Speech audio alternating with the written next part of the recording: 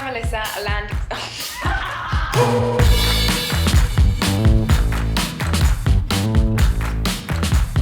Hi, I'm Melissa, an account executive at LandTech, and today I'm going to show you our new feature, Land Assembly Mode.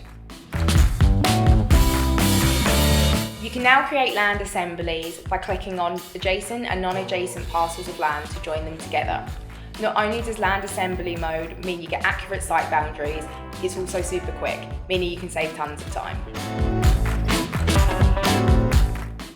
All it takes is a few clicks. From the ownership layer, switch on the Land Assembly Mode using this toggle. Click on the parcels that you want to transform into a land assembly. You can choose both adjacent and non-adjacent sites. Save your land assembly as a site using the pink button.